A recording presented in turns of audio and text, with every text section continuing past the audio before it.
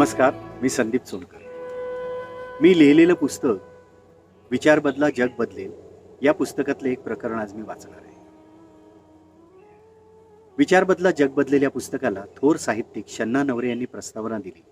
ही माझ्या आयुष्यातली सर्वात मोठी गोष्ट. शन्ना नवरेंनी हे सुद्धा सांगितलं की हे पुस्तक शाळा कॉलेजच्या मुलांपासून वयाने मोठ्या असलेल्या लोकांनी सुद्धा वाचायला पाहिजे. ही तर आणखीनच मोठी गोष्ट. सामना वृत्तपत्रात मी व्यक्तींचे स्वभाव या गोष्टींवरती मी बरेचसे लेख लिहिले. त्यावर आधारित हे पुस्तक लिहिलं होतं. आम्ही जे ट्रेनिंग देतो लोकांना, ट्रेनिंगच्या क्षेत्रामध्ये संबंध आणि रिलेशनशिप यावरती आम्ही जी ट्रेनिंग्स देतो वेगवेगळ्या कंपन्यांमध्ये, त्या व्यतिरिक्त आमच्याकडे काउन्सिलिंगसाठी बरीचशी लोकं येतात.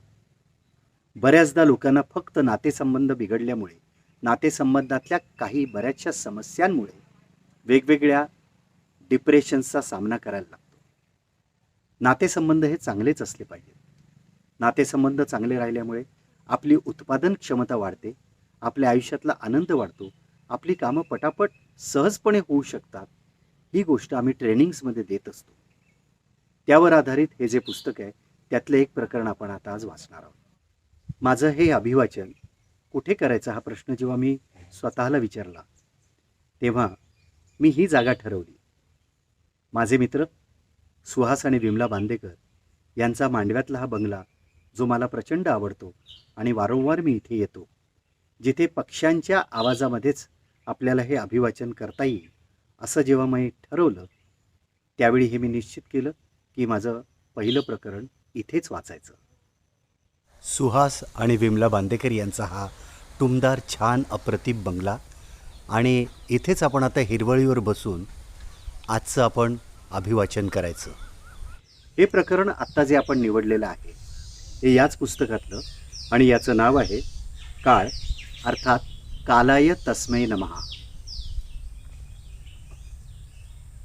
या जगात आपण नक्की कोणाकोणाला घाबरावं? भूतखेतं, लुटारू, दरोडेखोर, की आणखीन अशाच कितीतरी गोष्टींना? माझ्या मते सगळ्यात जास्त घाबरावं ते फक्त आणि फक्त काळाला. कालाय तस्मै नमः हे वाक्य प्रथम कोणा अज्ञात बुद्धिवंतानं लिहिलं हे माहीत नाही, पण त्या महाज्ञानी व्यक्तीला शतशः प्रणाम. दैनंदिन जीवनात बऱ्याचदा आपण आपल्या नकळत कितीतरी स्वतःबद्दलचे गैरसमज किंवा कुठल्या तरी गर्वाचा बोजा आपल्याच सोबत घेऊन आपण फिरत असतो. कुणाला आपल्या सौंदर्याचा, कुणाला घराण्याचा किंवा जातीचा, प्रतिष्ठेचा, आपल्या कर्तृत्वाचा अथवा आणखी कुठल्या तरी गोष्टीचा पण गर्व अथवा नको इतकी जाणीव असते. आपण ज्याचा गर्व करावा अशी कोणतीही गोष्ट आपल्या आयुष्यातून कधीही नष्ट होऊ शकते याचा आपण विचारच केलेला नसतो. आपल्या आजूबाजूला ज्यांचं गर्वहरण झालंय अशा कितीतरी घटना घडत असतात, पण आपण त्या घटनांकडे अभ्यास या दृष्टिकोनातून कधी बघत नसतो. कालाय तस्मै नमः म्हणताना पाहिलेल्या अनेक उदाहरणांपैकी एक ठळक उदाहरण देतो. त्या काळात मी सहाय्यक दिग्दर्शक म्हणून दिग्दर्शक राजू पारसेकरांबरोबर काम करत होतो. चित्रपट आणि मालिकांसाठी मी सहाय्यक दिग्दर्शनाचं काम करत होतो. बऱ्याच वर्षांपूर्वी एका चित्रपटाच्या शूटिंगच्या गरजेनुसार त्याच्या चित्रीकरणासाठी 2 समोरासमोर अशी दिसणारी घरं हवी होती, की ज्यातलं एक घर मोठ्या श्रीमंतांचं तर दुसरं घर गरिबाचं वाटणारं असं हवं होतं.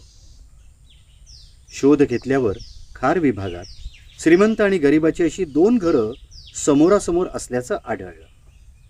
त्यातील श्रीमंताचं घर असणाऱ्या माणसाशी मी संपर्क साधला. शूटिंगचं प्रयोजन सांगितलं आणि त्या शूटिंगच्या बदल्यात त्या श्रीमंताच्या जागेचा मोबदला म्हणून 5,000 रुपये, त्या काळी 5,000 रुपये प्रतिदिन मिळतील असं सांगितलं.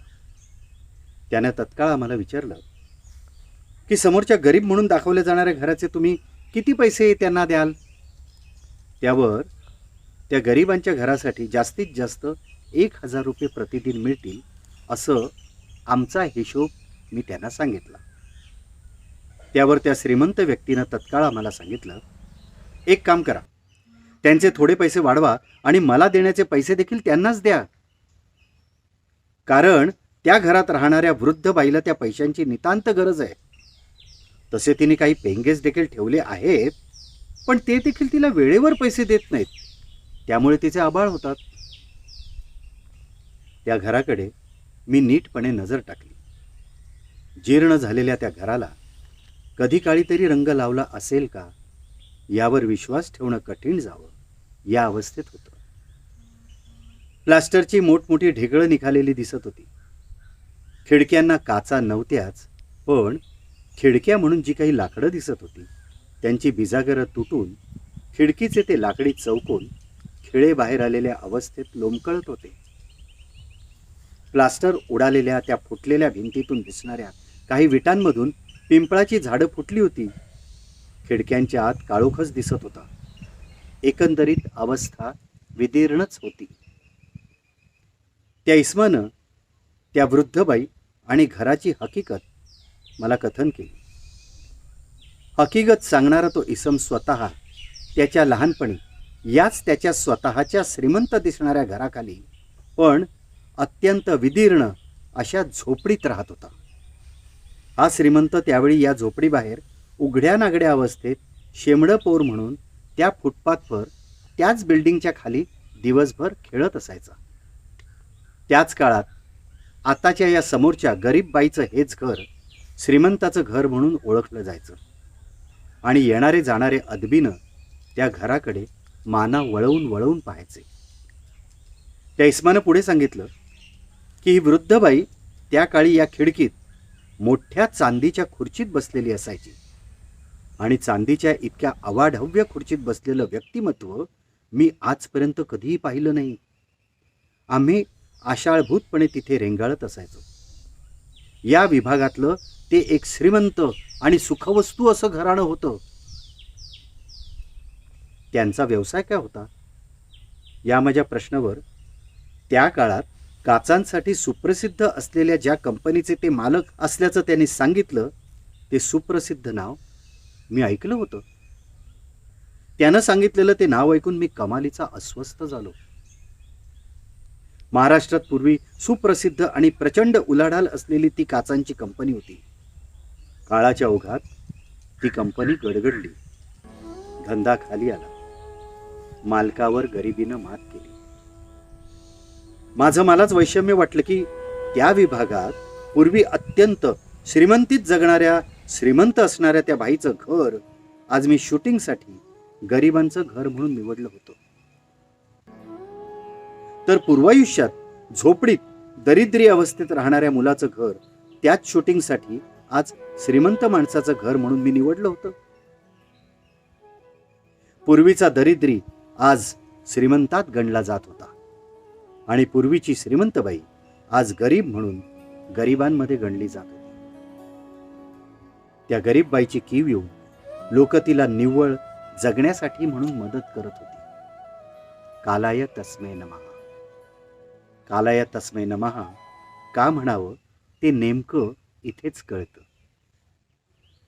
डोळे आणि विचार सजग ठेवले तर काळाची कितीतरी उदाहरणं दिसतील. पूर्वीच्या काळात डोकावलं तर चित्रपट दुनियेत रफिक गझनवी आणि पंडित गोविंदराम यांचं संगीत असलेल्या लैला मजनू नावाच्या चित्रपटात खान मस्ताना नावाचा प्रमुख गायक होता आणि मागे कोरस गात असणाऱ्या मंडळींच्या घोळक्यात आपण ज्यांना ओळखतो ते सुप्रसिद्ध गायक मोहम्मद रफी कोरसमधला एक नगण्य गायक म्हणून उभे होते. काही वर्षांनी काळ बदलला. दुसरा लैला मजनू बनत होता. तेव्हा त्या चित्रपटाच्या गाण्यात आता आपण ज्यांना जाणतो ते महान मोहम्मद रफी प्रमुख गायक म्हणून होते व पूर्वीचा प्रमुख प्लेबॅक सिंगर खान मस्ताना अर्धांग वायू झालेल्या अवस्थेत मागे कोरसच्या रांगेत नगण्य गायक म्हणून कोरस गात उभा होता. काळ हा असा असतो. फुटपाथ नावाचा चित्रपट काढणारा एक श्रीमंत निर्माता शेवटी फुटपाथवरच हालाखीत मेला. अंगावर काटा आणणारे हे प्रसंग असतात. जगज्जेता ताकदवान मोहम्मद अलीला ऑलिम्पिकच्या वेळी हातातली मशाल सुद्धा पेलवत नव्हती. ताकदवान मोहम्मद अली पण हातातली मशाल पेलवत नव्हती. गुन्हेगारांना कारावासात पाठवणाऱ्या पोलीस उपायुक्त पदावरील व्यक्ती देखील बदललेल्या परिस्थितीमुळे गुन्हेगारांबरोबरच तुरुंगवास कंठीत असण्याच्या घटना देखील आपण पाहतोच. इराकचा सम्राट सद्दाम हुसेन, ज्याचा शब्द नेहमी अंतिम समजला गेला, त्याला स्वतःलाच स्वतःच्या देशात फासावर जाण्याची वेळ आली. या सर्व घटनात ती माणसं त्यावेळी खरी का खोटी यापेक्षा काळ कसा हुलकावण्यात येतो हे पाहणं आजचा विषय आहे. अभिमान आणि गर्व यात एक सुप्त अशी रेषा आहे. सत्ता, संपत्ती, शक्ती आणि सौंदर्य. सत्ता, संपत्ती, शक्ती आणि सौंदर्य या गोष्टी कधीही नष्ट होऊ शकतात. यातली कोणतीही गोष्ट आपल्याला केव्हा धोका देईल हे आपण कधीही सांगू शकत नाही. माझ्या माहितीतली एक व्यक्ती एका मोठ्या कंपनीत वरिष्ठ पदावर काम करत होती. त्या व्यक्तीला स्वतःच्या कामाच्या पद्धतीचा असणारा अभिमान अवाजवी होता. आपण स्वतः कसे अचूक निर्णय घेऊ शकतो ही त्याच्यासाठी सतत सर्वांना सांगण्याची गर्वाची गोष्ट होती. गर्विष्ठपणामुळे हाताखालच्या कर्मचाऱ्यांना वाईट वागणूक दिली जायची. काही जणांनी त्या त्रासाला कंटाळून नोकरी देखील सोडली होती. त्याच ऑफिसमध्ये काम करणाऱ्या माझ्या एका परिचित माणसामुळे मला या गोष्टी कळत होत्या. एक दिवस या वरच्या हुद्द्यावर असणाऱ्या माणसावर कंपनीत काही कारणांनी अरिष्ट ओढवलं.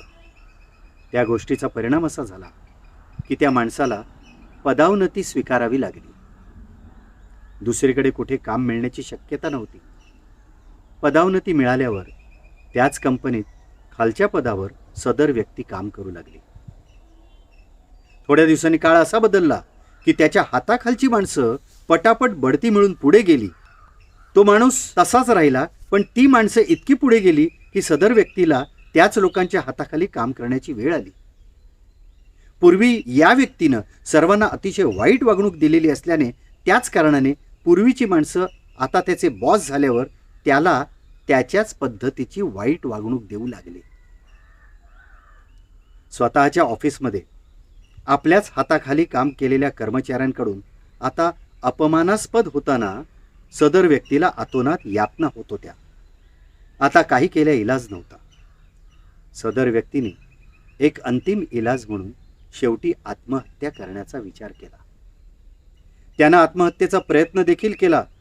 सुदैवाने किंवा दुर्दैवाने त्याच्या आत्महत्येचा प्रयत्न फसला. पण आत्महत्येचा प्रयत्न केल्याबद्दल त्याच्यावर खटला भरला गेला. हा आणखी एक व्याप त्याच्या मागे लागला. त्याच्या सर्व उपद्व्यापांमुळे त्याच्या बायकोला वेड लागलं.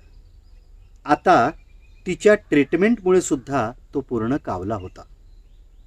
या सर्व प्रकरणात त्याच्या बाजूने उभी राहण्यासाठी त्याच्या ऑफिसमधील एकाही कर्मचाऱ्याने कधीही चुकून सुद्धा त्याची विचारपूस केली नाही.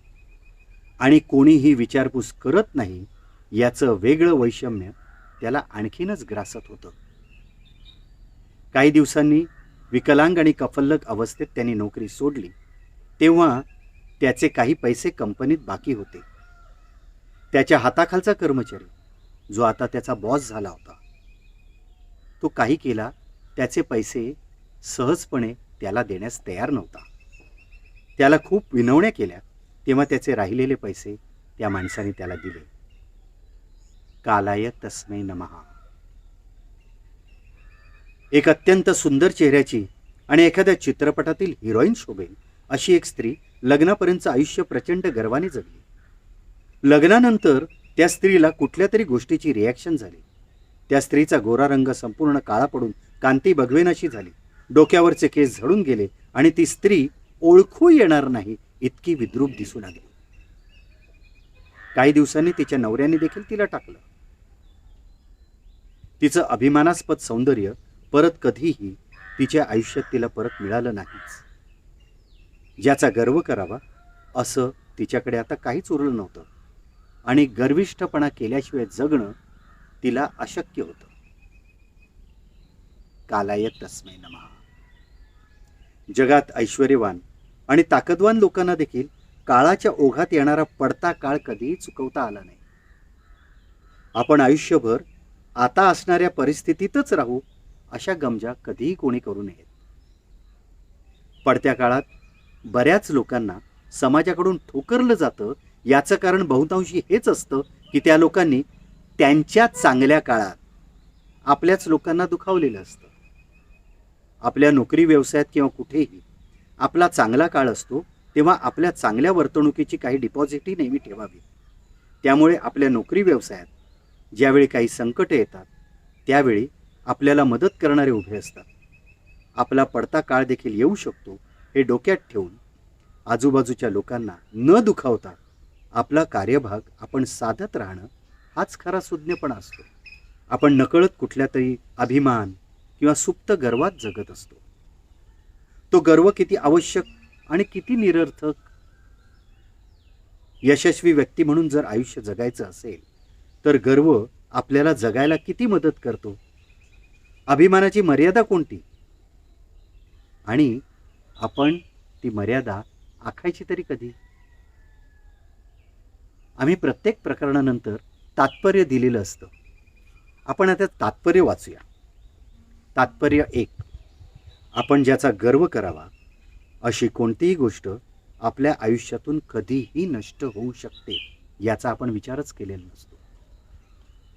तात्पर्य 2. सत्ता, संपत्ती, शक्ती आणि सौंदर्य. सत्ता, संपत्ती, शक्ती आणि सौंदर्य या गोष्टी आपल्या आयुष्यातून कधीही नष्ट होऊ शकतात. यातली कोणतीही गोष्ट केव्हा धोका देईल हे आपण कधीही सांगू शकत नाही. तात्पर्य 3. पडत्या काळात बऱ्याच लोकांना समाजाकडून ठोकरलं जातं. याचं कारण बहुतांशी हेच असतं की त्या लोकांनी त्यांच्या चांगल्या काळात आपल्याच लोकांना दुखावलेलं असतं. तात्पर्य 4. अभिमान आणि गर्व यात एक सुप्त रेषा अशी असते जी आपण नेहमी जाणून घेणं गरजेचं असतं. आपण यशाच्या शिखरावर असताना किंवा यशाच्या शिखरावर चढताना आपल्याला बरीच माणसं भेटत असतात, समोरून येत असतात, आपल्या आजूबाजूला असतात. त्यावेळी एक पथ्य नेहमीच पाळायला पाहिजे की यशाच्या शिखरावर चढताना त्या सर्व माणसांची आपण चांगल्या प्रकारे आणि सहृदयतेनेच वागलं पाहिजे. कारण यशाच्या शिखरावरून खाली येताना पुन्हा तीच माणसं तुमच्या समोर येतात. त्यावेळी त्यांच्यासमोर आपल्या पूर्वीच्या वागणुकीमुळे आपण ओशाळल्यासारखं कधी होऊ नये म्हणून ही गोष्ट लक्षात ठेवायला. नमस्कार.